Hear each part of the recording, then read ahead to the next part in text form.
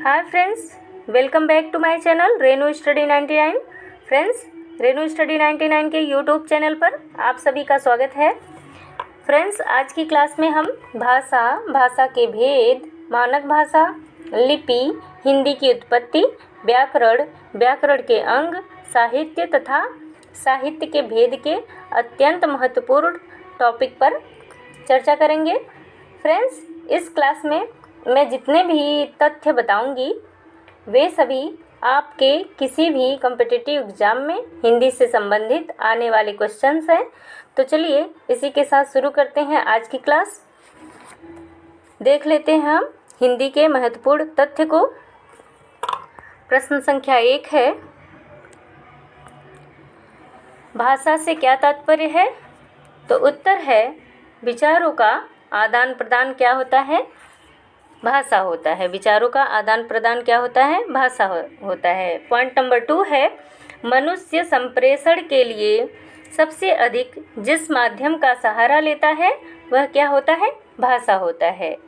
मनुष्य संप्रेषण के लिए सबसे अधिक जिस भाषा का सहारा लेता है, यानी कि कहने का मतलब है मनुष्य अपने भाव तथा विचारों को दूसरे तक पहुंचाने के लिए तथा उसके भाव तथा विचारों को समझने के लिए जिस माध्यम का सहारा लेता है वह क्या होता है? भाषा होता है। अगला पॉइंट हम देख लेते हैं। पॉइंट नंबर 3 है, भाषा वह माध्यम है जिसके द्वारा हम बोलकर या लिखकर परस्पर विचारों का क्या करते हैं? आदान प्रदान करते हैं। अगला पॉइंट है, पॉइंट नंबर 4 है,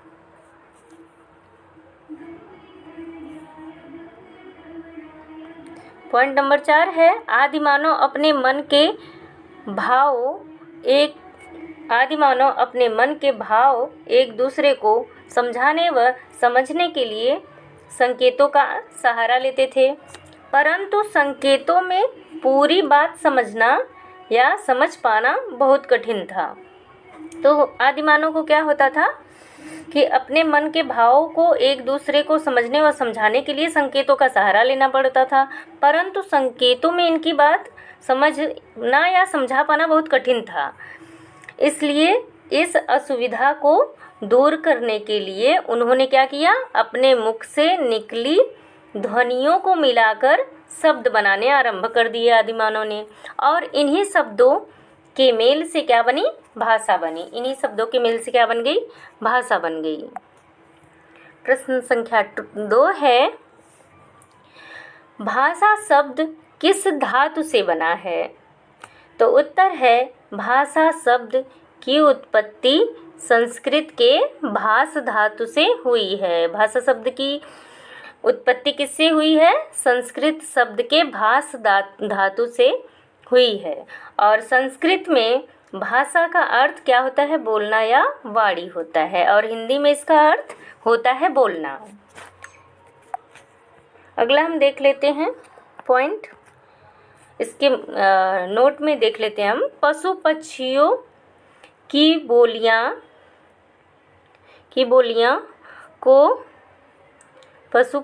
बोलियों को भाषा नहीं कहा जाता है। पशु पक्षियों की बोलियों को क्या नहीं कहा जाता है?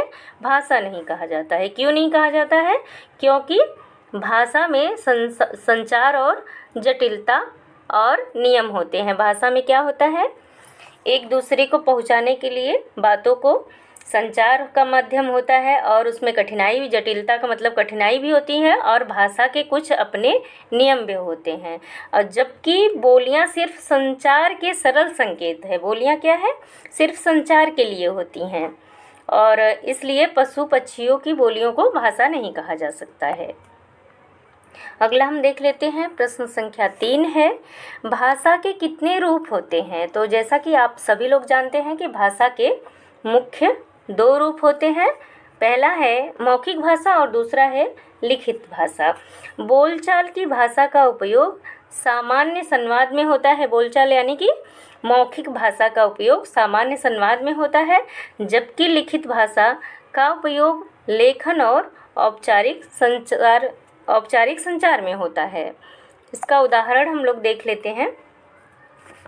उदाहरण है लिखित भाषा और मौखिक भाषा के उदाहरण क्या है, निम्नलिखित हैं। पहले हम देख लेते हैं लिखित भाषा के उदाहरण को। तो लिखित भाषा के उदाहरण को हम लोग देख लेते हैं। नंबर 1 है आधिकारिक दस्तावेज, जैसे संविधान, विधेयक, सरकारी नोटिस। ये सभी क्या है, लिखित भाषा के उदाहरण है।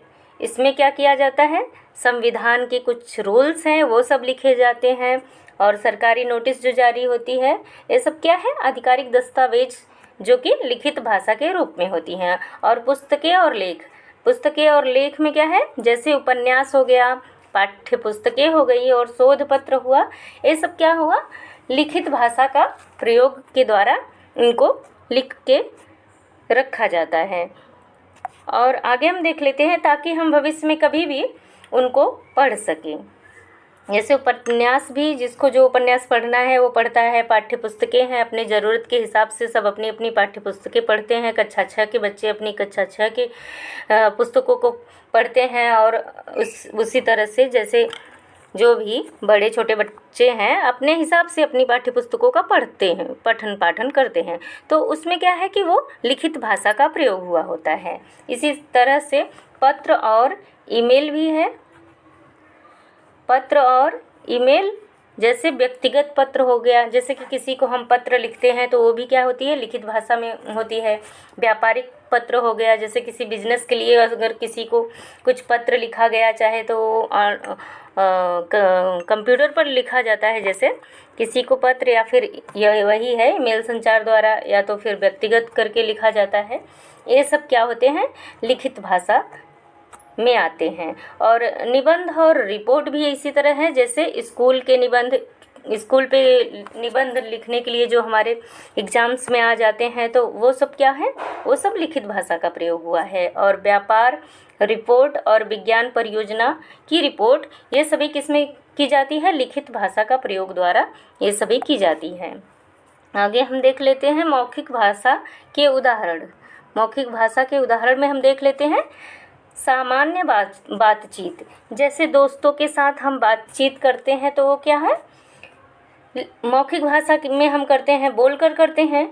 और पारिवारिक संवाद हो गया, जैसे हम लोग बैठे हुए हैं और अपने आपस में, परिवार में आपस में जो बातचीत कर रहे हैं वो क्या है, मौखिक भाषा के उदाहरण हैं। इसी तरह से पॉइंट नंबर 2 है प्रस्तावना और भाषण। जैसे सार्वजनिक भाषण, जैसे कि कहीं भी हो गया, स्कूल में हो गया, कोई आयोजन है किसी भी प्रोग्राम का, तो वहाँ क्या होता है, वो सार्वजनिक भाषण होता है। सेमिनार हो गया, जैसे कि बहुत बड़ा आयोजन किया गया है और उसमें कुछ लोग बाहर से आए हुए हैं, उसमें सेमिनार के द्वारा सबको अलग अलग चीज़ों के बारे में बता रहे हैं, तो वो सेमिनार हो जाता है। वो भी क्या है, मौखिक भाषा का ही रूप है। आगे हम देख लेते हैं पॉइंट नंबर 3 है फ़ोन कॉल हो गया। फ़ोन कॉल, जैसे किसी से फ़ोन पर बातचीत। जब हम किसी से फ़ोन पर बातचीत कर रहे होते हैं तो वो क्या होता है, उसमें मौखिक भाषा का प्रयोग हो रहा होता है। इसी तरह से साक्षात्कार है, जैसे नौकरी साक्षात्कार या टेलीविज़न पर साक्षात्कार। जैसे कि कोई किसी को नौकरी प्राप्त हो गई है और उसका इंटरव्यू है, जॉब इंटरव्यू है, तो उसमें जो नौकरी के लिए उन कुछ लोगों द्वारा आयोजित किया जाता है, तो उसके माध्यम से जो उनके में आपस में जो वाद संवाद होता है वो क्या होता है, मौखिक भाषा में होता है। इसी तरह से टीवी पर भी, टेलीविज़न पर भी जब कोई साक्षात्कार होता है तो वहाँ पे भी जो वाद विवाद होता है, संवाद होता है, वो क्या होता है, साक्षात्कार के रूप में मौखिक भाषा का प्रयोग हो रहा होता है। इसके महत्वपूर्ण पॉइंट को देख लेते हैं हम। एक नोट में है कि सांकेतिक भाषा व्याकरणिक नियमों से मुक्त होती है, क्योंकि इसमें केवल प्रतीकों या संकेतों का प्रयोग होता है। सांकेतिक भाषा का प्रयोग व्याकरणिक अध्ययन में शामिल नहीं है। क्यों शामिल नहीं है? क्योंकि सांकेतिक भाषा व्याकरणिक नियमों से मुक्त होती है और क्योंकि इसमें केवल प्रतीकों या संकेतों का प्रयोग जो सीधा अर्थ व्यक्त करते हैं, इसलिए इसे भाषा के व्याकरणिक अध्ययन में शामिल नहीं किया जाता है। इसीलिए हिंदी भाषा में कितने मुख्य भाषाएं हैं, तो लिखित और मौखिक भाषा होती है। सांकेतिक भाषा को हम व्याकरण में नहीं देखते हैं। इसका सांकेतिक भाषा, जैसे कि अभी हम रोड पे जाते हैं तो वहाँ पे रोड पुलिस जो रहती है वो हमें संकेत के माध्यम से रुकने के लिए, चलने के लिए जो भी कहती है संकेतों के माध्यम से हमें बतलाती है। तो इसका प्रयोग हिंदी व्याकरण में नहीं है। आगे हम देख लेते हैं, प्रश्न संख्या 4 है, मातृभाषा किसे कहते हैं? तो उत्तर है, मातृभाषा वह भाषा होती है जिसे कोई व्यक्ति जन्म से सीखता है। जैसे कि हम अपने घर परिवार में रहते हैं तो वहाँ हमारे घर पर जो भी भाषा बोली जाती है, हमारे माता पिता द्वारा, हमारे भाई बहनों द्वारा जो भी भाषा का प्रयोग होता है वो भाषा क्या होती है? हमारी मातृभाषा होती है। और जो परिवार और समुदाय में बोली जाती है वो क्या होती है? हमारी मातृभाषा होती है। यह उसकी पहली भाषा होती है। यह बच्चे की क्या होती है? पहली भाषा होती है। आगे हम देख लेते हैं, राष्ट्रभाषा किसे कहते हैं? प्रश्न संख्या 5 है, राष्ट्रभाषा किसे कहते हैं? तो राष्ट्रभाषा वह भाषा है जो देश के निवासियों द्वारा अधिकतर बोली जाती है। जैसे अमेरिका की राष्ट्रभाषा क्या है? अंग्रेजी है। अमेरिका की राष्ट्रभाषा क्या है? अंग्रेजी है। तथा जापान की राष्ट्रभाषा जापानी और रूस की रूसी है। भारत की कोई राष्ट्रभाषा नहीं है। आगे हम देख लेते हैं, प्रश्न संख्या 6 है, भाषा का प्राचीनतम रूप कौन सा है? तो उत्तर है, मौखिक भाषा भाषा का प्राचीनतम रूप है, क्योंकि मनुष्य ने सबसे पहले बोलना सीखा। तो प्रश्न बन जाता है कि भाषा का प्राचीनतम रूप कौन सा है? तो लिखित भाषा, मौखिक भाषा दे देगा, आपको पता रहेगा तो आप कर पाओगे कि मौखिक भाषा भाषा का प्राचीनतम रूप है, क्योंकि मनुष्य ने सबसे पहले क्या किया? बोलना सीखा, इसलिए इस रूप का प्रयोग अधिक किया जाता है। अगला प्रश्न हम देख लेते हैं, प्रश्न संख्या 7 है, भाषा के किस रूप के द्वारा जानकारी को संजोकर रखा जाता है? तो भाषा के किस रूप के द्वारा जानकारी को संजोकर रखा जाता है? तो भाषा के लिखित रूप के द्वारा जानकारी को संजोकर रखा जाता है। ये प्रश्न काफ़ी बार पूछा जा चुका है एग्जाम्स में। और लिखित रूप का प्रयोग मौखिक रूप की अपेक्षा सीमित होता है। सीमित होता है मतलब कम होता है। लिखित रूप की अपेक्षा लिखित रूप का प्रयोग मौखिक रूप की अपेक्षा सीमित होता है। आगे हम देख लेते हैं, प्रश्न संख्या 8 है, बोली तथा भाषा में क्या अंतर है? तो उत्तर है, पहले हम बोली को देख लेते हैं कि बोली क्या है। भाषा का अल्प विकसित रूप बोली कहलाता है। मतलब भाषा का छोटा रूप। अल्प विकसित मतलब जो कम विकसित हो, कम फैला हुआ हो, उसको क्या कहते हैं? अल्प विकसित रूप बोली कहलाता है। बोली का प्रयोग सीमित क्षेत्र में होता है। जैसे 2, 4, 5 किलोमीटर, 10 किलोमीटर के अंदर जो बोली का प्रयोग होता है, तो भाषा का प्रयोग होता है, वो क्या होती है? बोली होती है।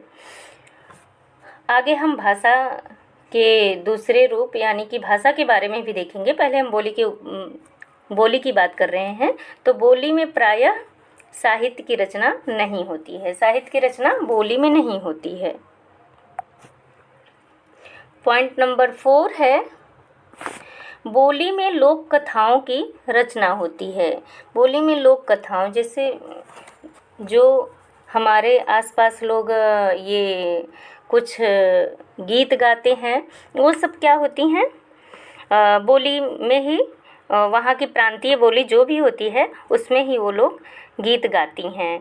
और 5 नंबर पॉइंट है, परंतु यह लिखित रूप में नहीं होती है। यह सिर्फ यह बोली क्या होती है? लिखित रूप में नहीं होती है। अगर कोई लिख भी देता है तो वो खुद से बनाता है अपनी खुद की, पर यहाँ इसको साहित्य में इसको भाषा के रूप में नहीं माना जाता। बोली एक सीमित क्षेत्र की होती है। इसका प्रचलन मौखिक रूप में होता है। इसका प्रचलन कैसे होता है? मौखिक रूप में होता है।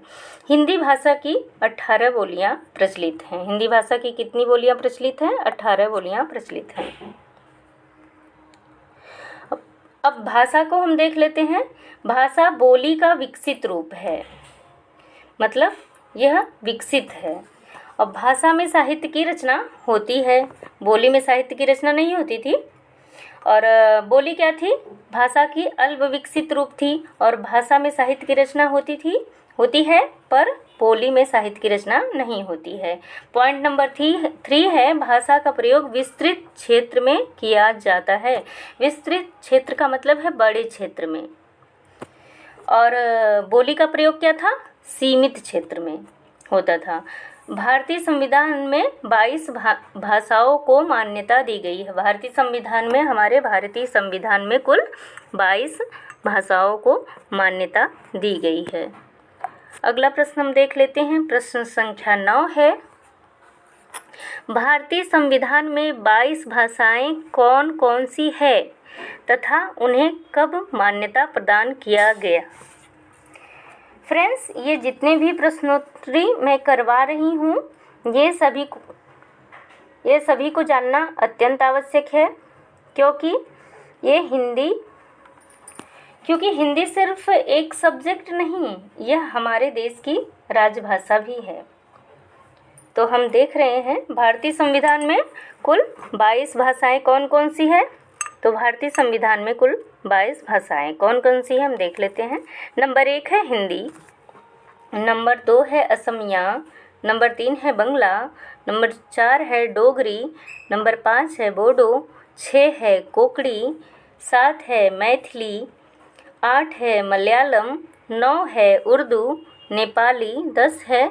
11वीं भाषा कौन सी है? गुजराती, 12 है कन्नड़, 13वीं भाषा है कश्मीरी, और 14वीं भाषा है मराठी, 15वीं है मणिपुरी, 16वीं है ओडिया, और 17वीं भाषा है पंजाबी, 18वीं भाषा है संस्कृत, 19वीं है संताली, 20वीं है सिंधी, 21वीं है तमिल और 22वीं है तेलुगु। ये सभी कुल 22 भाषाएं किसमें हैं? यह सभी 22 भाषाएं संविधान की 8वीं अनुसूची में सम्मिलित हैं। भारतीय संविधान के 8वीं अनुसूची में कुल 22 भाषाएं जो थी, ये मैंने बता दिया। पॉइंट नंबर 2 है, सबसे पहले संविधान की 8वीं अनुसूची में 14 भाषाओं को सम्मिलित किया गया। तो सबसे पहले संविधान में 8वीं अनुसूची में जो भाषाएं सम्मिलित की गई हैं उनको हम देख लेते हैं। ये है नंबर 1 पे असमिया, उड़िया, उर्दू, कन्नड़, कश्मीरी, गुजराती, तमिल, तेलुगु, पंजाबी, बंगला, मराठी, मलयालम, संस्कृत तथा हिंदी। दोस्तों, ये सब मैं इसलिए बता रही हूँ क्योंकि प्रश्न ऐसे भी बनता है कि संविधान की 8वीं अनुसूची में इनमें से कौन सी भाषा है। तो भाषाएं अलग अलग दे देगा और आपको पता रहेगा कि 8वीं अनुसूची में ये जो 14 भाषाएं हैं वो आपको याद होगा, तो आप लोग उस प्रश्न का उत्तर सही कर पाएंगे। और पॉइंट नंबर 3 है, संविधान के 21वें संशोधन द्वारा 1967 में 15वीं भाषा को 8वीं अनुसूची में सम्मिलित किया गया। तो वो 15वीं भाषा जो थी वो सिंधी थी। वो कौन सी भाषा थी? सिंधी थी। संविधान के 21वीं संशोधन द्वारा 1967 में संविधान की 8वीं अनुसूची में 15वीं भाषा को भी सम्मिलित किया गया और वो भाषा सिंधी थी। अगला पॉइंट हम देख लेते हैं। दोस्तों, ये बहुत ही महत्वपूर्ण पॉइंट है। पॉइंट नंबर 4 है, संविधान के 71वें संशोधन द्वारा 1992 में 16वीं भाषा जो नेपाली और 17वीं कोंकणी, 18वीं मणिपुरी, को 8वीं अनुसूची में सम्मिलित किया गया। तो 71वें संशोधन द्वारा 1992 में 16वीं, 17वीं, 18वीं ये जो है नेपाली, कोंकणी, मणिपुरी को 8वीं अनुसूची में क्या किया गया, सम्मिलित किया गया। और उसके बाद पॉइंट नंबर 5 है संविधान के 92वें संशोधन में, जब 92वां संशोधन हुआ संविधान का, तो उसके द्वारा दिसंबर 2003 में 19वीं भाषा डोंगरी और 20वीं भाषा मैथिली और 21वीं भाषा संथाली, 22वीं भाषा बोडो को 8वीं अनुसूची में क्या किया गया, सम्मिलित किया गया।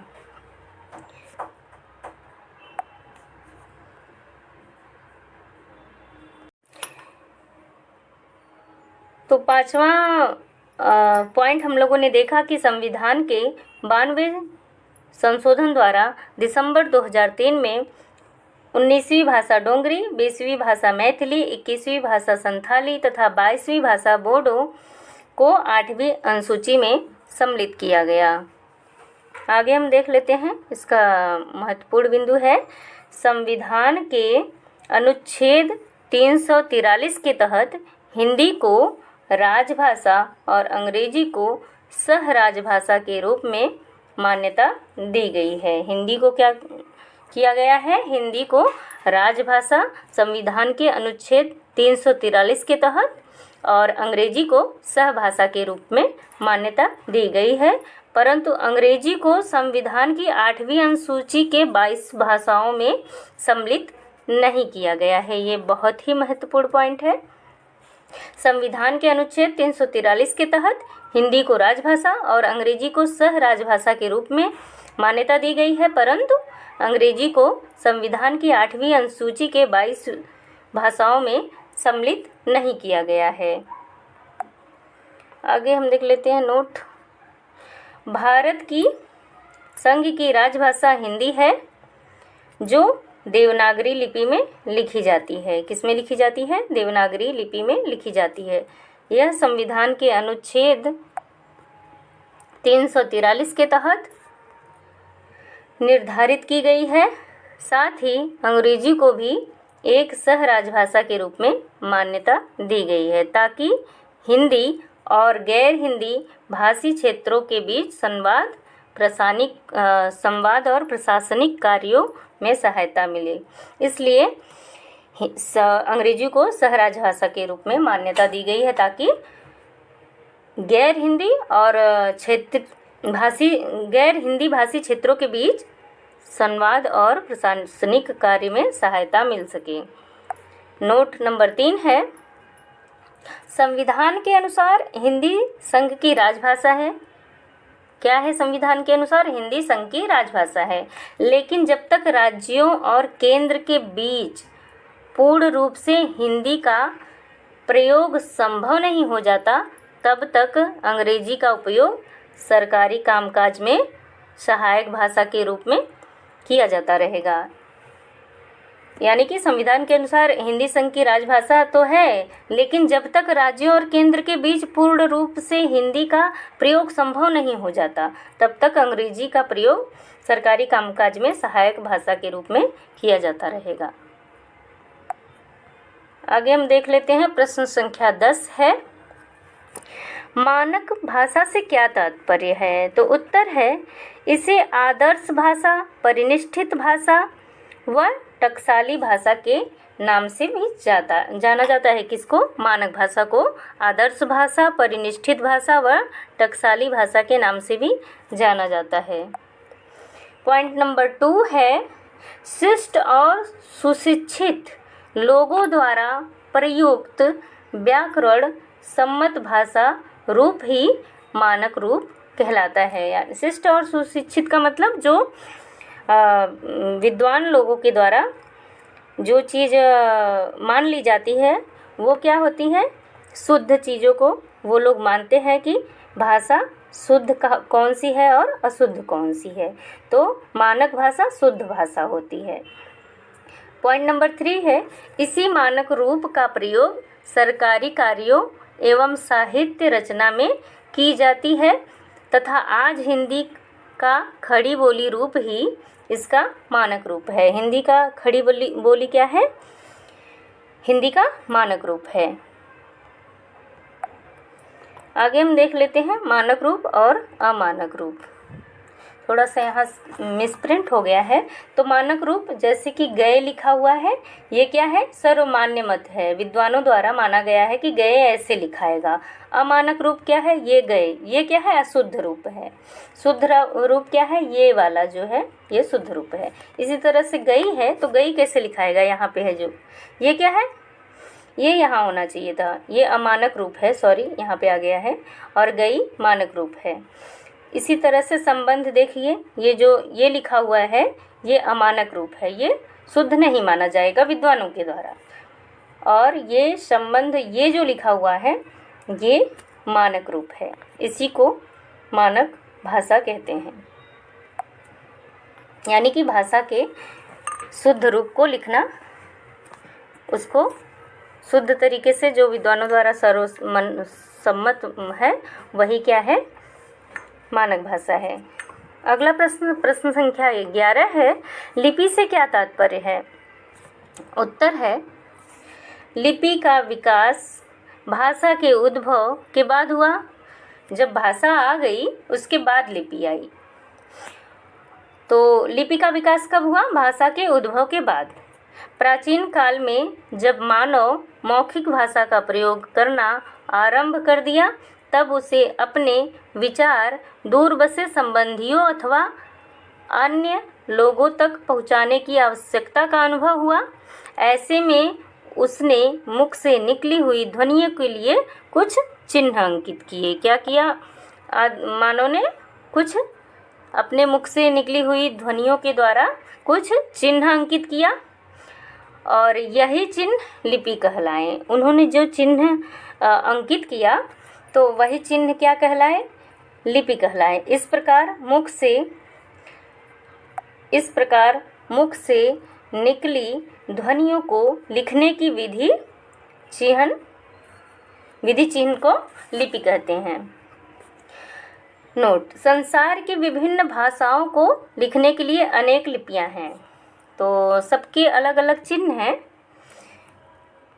आगे हम देख लेते हैं, प्रश्न संख्या 12 है, देवनागरी लिपि में कौन कौन सी भाषाएं लिखी जाती हैं? देवनागरी लिपि जो है उसमें कौन कौन सी भाषाएं लिखी जाती हैं? तो देवनागरी लिपि में हिंदी, संस्कृत, मराठी, नेपाली भाषाएं लिखी जाती हैं। ये सब अगर पूछ लिया संस्कृत की लिपि क्या है तो उसकी भी लिपि देवनागरी है। मराठी का पूछ लिया तो मराठी का भी लिपि देवनागरी है। इसी तरह से नेपाली की भी लिपि देवनागरी है। ये सब हिंदी, संस्कृत, मराठी, नेपाली भाषाएं यह देवनागरी लिपि में लिखी जाती हैं।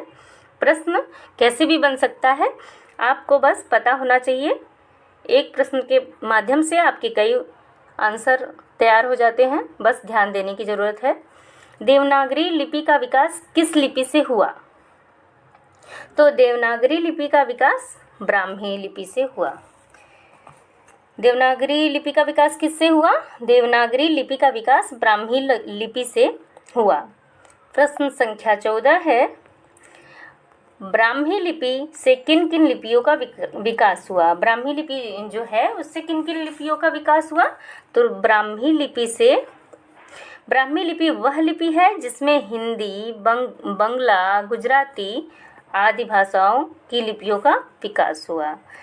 तो प्रश्न कई तरह से बनता है कि बंगला किस लिपि के द्वारा है, कि बंगला लिपि जो है, बंगला भाषा का विकास किस लिपि से हुआ? तो ब्राह्मी लिपि से हुआ था। आगे हम देख लेते हैं रोमन लिपि में कौन सी भाषाएं लिखी जाती है? तो रोमन लिपि में अंग्रेजी, फ्रेंच, पोलिश, जर्मन तथा स्पेनिश भाषाएं लिखी जाती हैं। तो प्रश्न कई तरह से बनता है कि जैसे दे देगा पोलिश भाषा किस लिपि में लिखी जाती है, या तो फ्रेंच भाषा किस लिपि में लिखी जाती है। इसी तरह से ये सभी किसी भी तरह से प्रश्न बन सकता है, इसलिए मैंने सबको एक साथ लिख दिया है कि अलग अलग करके लिखने में समय भी जाएगा और आपका भी समय जाएगा। इसके लिए मैंने इसको एक ही बार समझा दिया है इसको। तो रोमन लिपि में अंग्रेजी, फ्रेंच, पोलिश, जर्मन तथा स्पेनिश भाषाएं लिखी जाती हैं। प्रश्न संख्या 16 है। फ्रेंड्स, ये सभी जितने भी प्रश्न हैं सब के सब इम्पॉर्टेंट है। इसमें कोई भी प्रश्न ऐसा नहीं है कि जो एग्ज़ाम के पॉइंट ऑफ व्यू से इम्पॉर्टेंट ना हो। सब के सब, एक भी मैंने बिना मतलब के क्वेश्चन को नहीं सम्मिलित किया है। प्रश्न संख्या 16 है, पंजाबी भाषा की लिपि कौन सी है? तो पंजाबी भाषा की लिपि गुरुमुखी है। पंजाबी भाषा की लिपि कौन सी है? गुरुमुखी में है। अगला प्रश्न है, फारसी लिपि में कौन सी भाषाएं लिखी जाती हैं? तो फारसी लिपि में उर्दू तथा फारसी भाषाएं लिखी जाती हैं। फारसी लिपि में या तो प्रश्न ऐसे बन जाएगा कि फारसी लिपि कौन सी भाषाएं लिखी जाती हैं, या तो पूछ लेगा कि उर्दू भाषा कौन सी लिपि में लिखा जाता है, या तो पूछ लेगा कि फारसी भाषा किस लिपि में लिखा जाता है। तो प्रश्न कई तरह से बनता है, बस आप अपने दिमाग में फिट रखिए कि क्या चीज़ ये है। इन चीज़ों को समझते हुए आप पढ़िए, ताकि प्रश्न किसी भी तरह से बने, आपको अगर समझे रहेंगे तो आप किसी भी तरह से प्रश्न बनता है आप उसको आसानी से कर लेंगे।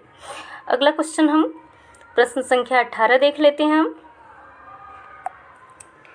प्रश्न संख्या 18 है, रूसी लिपि में कौन सी भाषाएं लिखी जाती हैं? तो रूसी लिपि में रूसी तथा बुल्गेरियन भाषाएं लिखी जाती हैं। बुल्गेरियन भाषा की लिपि कौन सी है? रूसी लिपि है। रूसी भाषा की लिपि कौन सी है? वो भी रूसी लिपि है। आगे हम देख लेते हैं, ब्राह्मी लिपि के प्राचीनतम नमूने कहाँ से मिले हैं? तो ब्राह्मी लिपि के प्राचीनतम नमूने कहाँ से मिले हैं? ब्राह्मी लिपि के प्राचीनतम नमूने बस्ती जिले में पिपरवा के स्तूप में तथा अजमेर जिले के बिड़ली यानी कि बरली गांव के शिलालेख में मिले हैं। ब्राह्मी लिपि के प्राचीनतम नमूने बस्ती जिले में पिपरवा के स्तूप में तथा अजमेर जिले के बिड़ली यानी कि बरली गांव के शिलालेख में मिले हैं। अगला प्रश्न हम देख लेते हैं, प्रश्न संख्या 20 है, ब्राह्मी लिपि के प्राचीनतम नमूने कब प्राप्त हुए? तो ब्राह्मी लिपि के प्राचीनतम नमूने 4वीं ईस्वी पूर्व के मिले हैं। कब के मिले हैं? 4वीं ईस्वी पूर्व के मिले हैं। अगला प्रश्न हम देख लेते हैं, प्रश्न संख्या 21 है, ब्राह्मी लिपि कब 2 शैलियों में विभाजित हुई? तो ब्राह्मी लिपि 2 शैलियों में विभाजित हुई थी। ब्राह्मी लिपि 350 के बाद स्पष्ट रूप से 2 शैलियों में विभाजित हुई। पहला है उत्तरी शैली जो कि उत्तर भारत में, और दूसरा है दक्षिणी शैली जो कि दक्षिण भारत में। अगला प्रश्न है, दोस्तों ये जितने भी प्रश्न हैं इसको मुझे बनाने में काफ़ी समय लगा है, लेकिन आप सबको इसको याद करने में बहुत कम समय लगेगा और बहुत महत्वपूर्ण प्रश्न को आप इकट्ठा कर पाएंगे।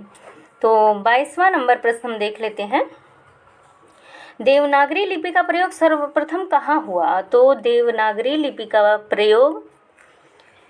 सर्वप्रथम प्रयोग गुजरात के राजा जयभट्ट यानी 7वीं-8वीं सदी के समय गुजरात के राजा जयभट्ट के शिलालेख में हुआ।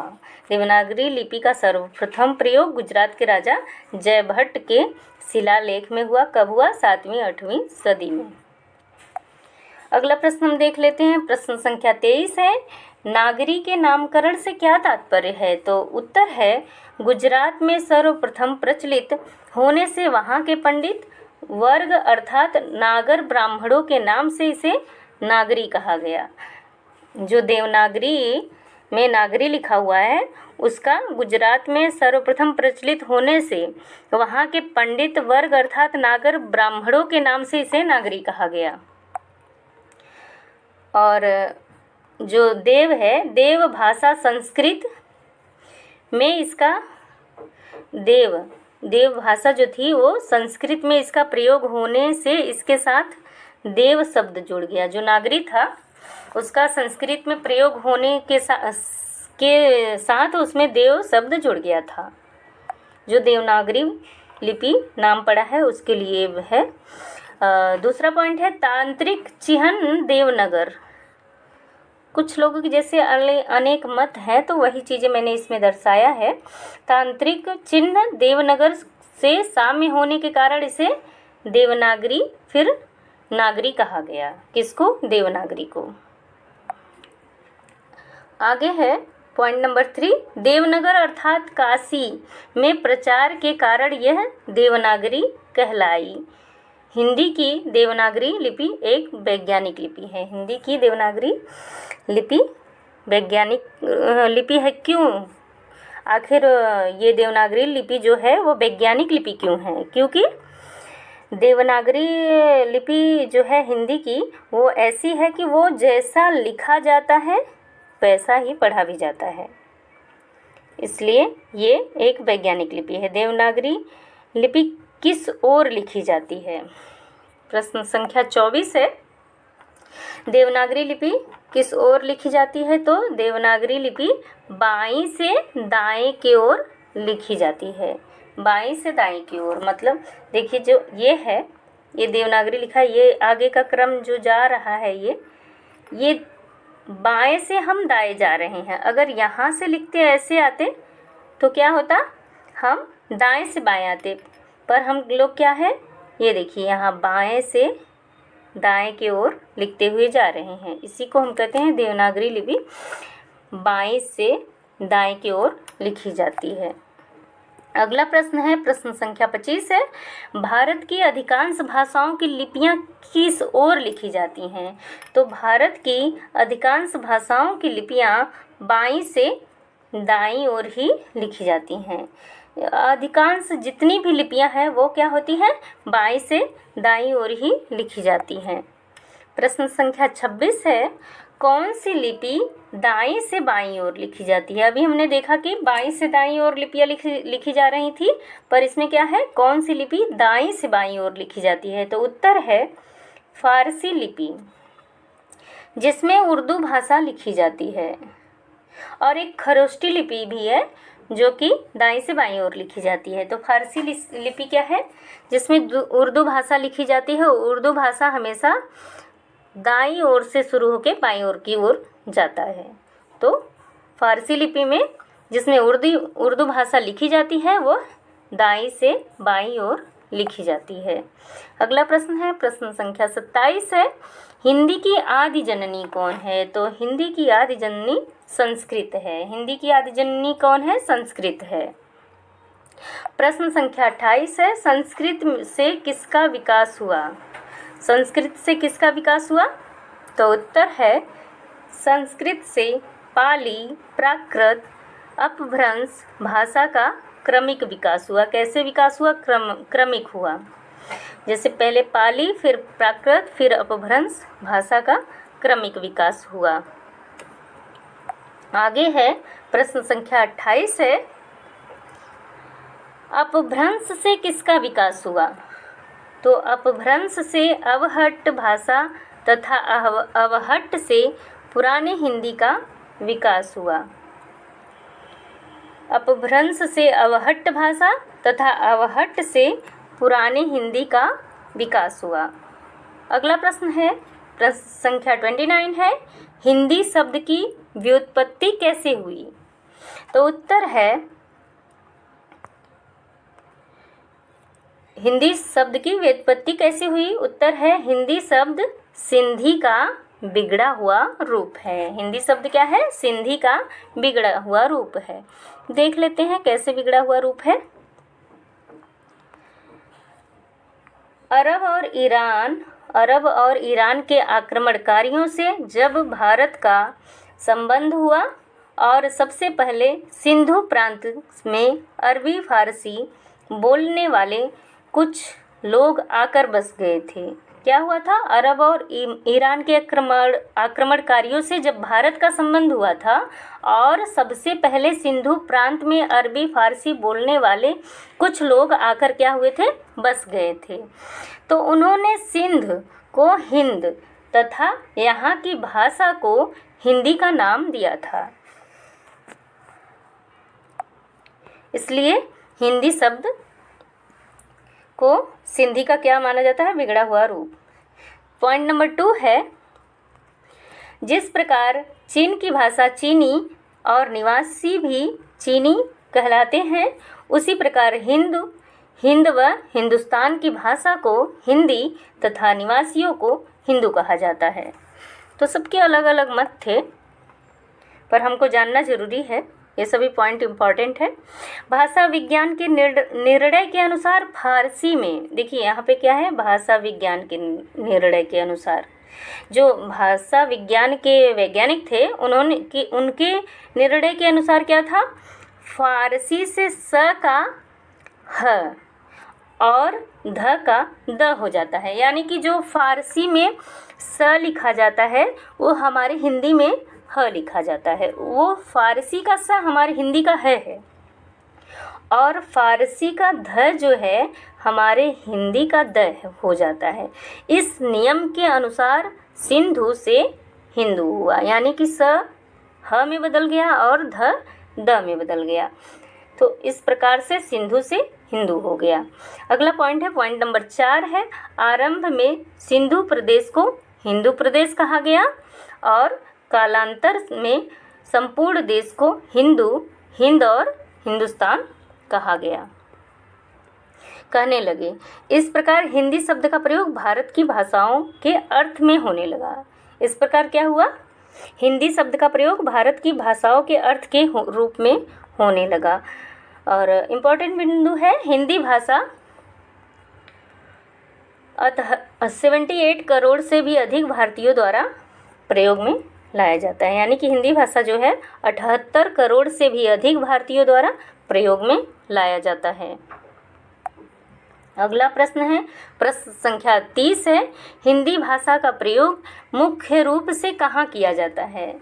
तो उत्तर है, हिंदी भाषा का प्रयोग मुख्य रूप से उत्तर प्रदेश, उत्तराखंड, हरियाणा, दिल्ली, मध्य प्रदेश, हिमाचल प्रदेश, छत्तीसगढ़, बिहार आदि में होता है। यहाँ पे क्या होता है, ज़्यादा बोली जाती है हिंदी भाषा। अगला प्रश्न हम देख लेते हैं, प्रश्न संख्या 31 है, हिंदी और किन किन देशों में बोली जाती है? तो हिंदी फिजी में, सूडान, ट्रिनिडाद, मलेशिया आदि देशों में हिंदी बोली जाती है। हिंदी इन देशों में भी बोली जाती है। अगला प्रश्न है, प्रश्न संख्या 32 है, हिंदी भाषा को भारत की राजभाषा के रूप में कब स्वीकार किया गया? ये प्रश्न बहुत ही इम्पोर्टेंट है, बहुत बार एग्जाम में आता है ये। तो हिंदी भाषा 14 सितंबर 1949 को हिंदी भारत की राजभाषा के रूप में स्वीकार किया गया। हिंदी को राजभाषा के रूप में स्वीकार किया गया और केंद्रीय सरकार के कामकाज के लिए अनिवार्य घोषित कर दिया गया। केंद्रीय सरकार के कामकाज के लिए हिंदी को अनिवार्य घोषित कर दिया गया कि इसका प्रयोग निश्चित ही होगा। भारत में हिंदी दिवस कब मनाया जाता है? हम भारत की बात कर रहे हैं कि भारत में हिंदी दिवस कब मनाया जाता है, देख लेते हैं हम।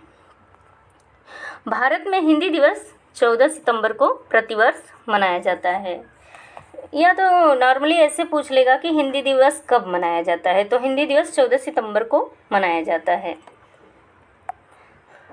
और विश्व में हिंदी दिवस कब मनाया जाता है? तो विश्व में हिंदी दिवस 10 जनवरी को मनाया जाता है। पूरे विश्व में हिंदी को 10 जनवरी को प्रतिवर्ष हिंदी दिवस मनाया जाता है और अपने इंडिया में हिंदी को 14 सितंबर को प्रतिवर्ष हिंदी दिवस के रूप में मनाया जाता है। अगला प्रश्न हम देख लेते हैं, प्रश्न संख्या 35 है, हिंदी भारत के अलावा और किस देश की राजभाषा है? हिंदी भारत के अलावा और किस देश की राजभाषा है? तो हिंदी भारत के अलावा फिजी देश की भी राजभाषा है। हिंदी भारत के अलावा फिजी देश की भी राजभाषा है। प्रश्न संख्या 36 है, संपूर्ण भारत में हिंदी का प्रयोग किस रूप में किया जाता है? तो संपूर्ण भारत में हिंदी का प्रयोग राजभाषा के रूप में किया जाता है। संपूर्ण भारत में हिंदी का प्रयोग राजभाषा के रूप में किया जाता है।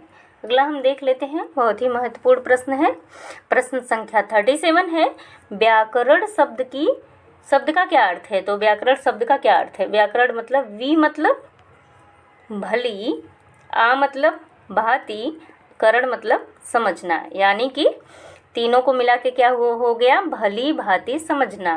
वी का मतलब भली, आ का मतलब भांति, करण का मतलब समझना, यानी कि भली भांति समझना व्याकरण का अर्थ होता है।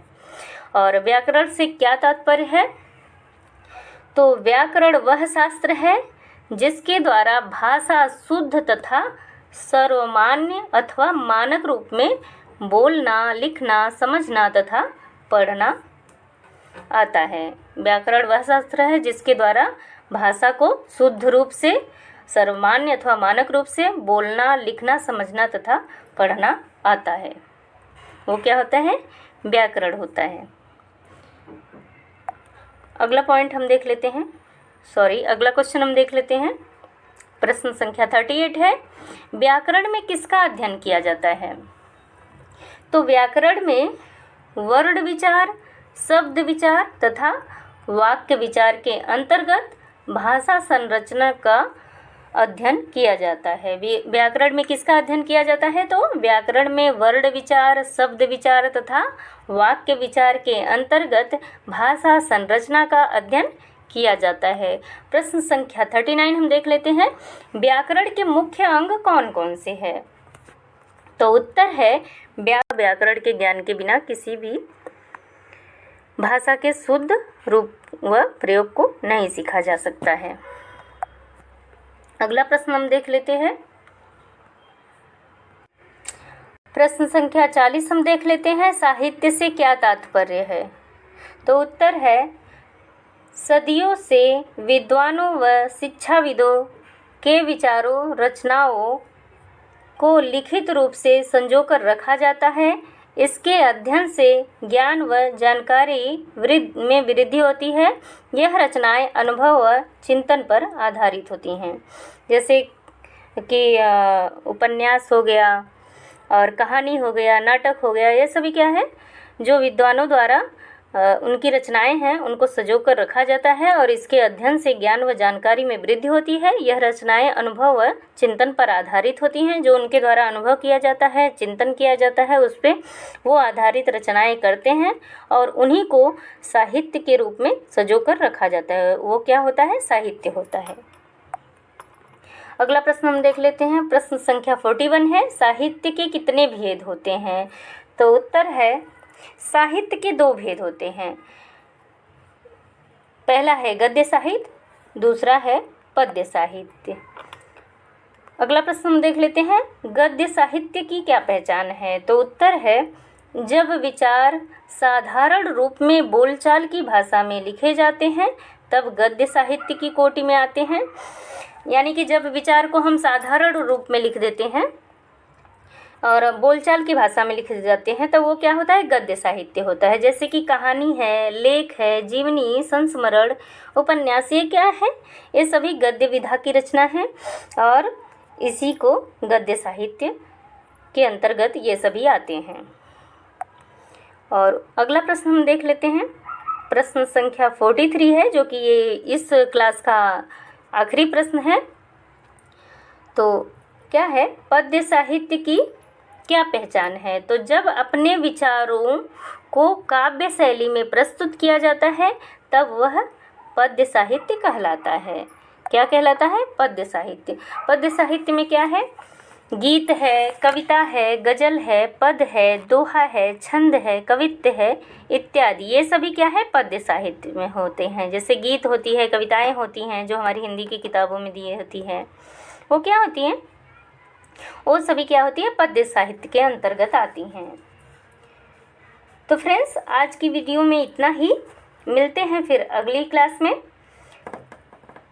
मेरी और भी क्लास को देखने के लिए please subscribe to my channel Renu study 99 and like, share and press bell icon, ताकि आगे आने वाली वीडियो की नोटिफिकेशन आप सभी को प्राप्त हो सके। बाय बाय फ्रेंड्स, धन्यवाद।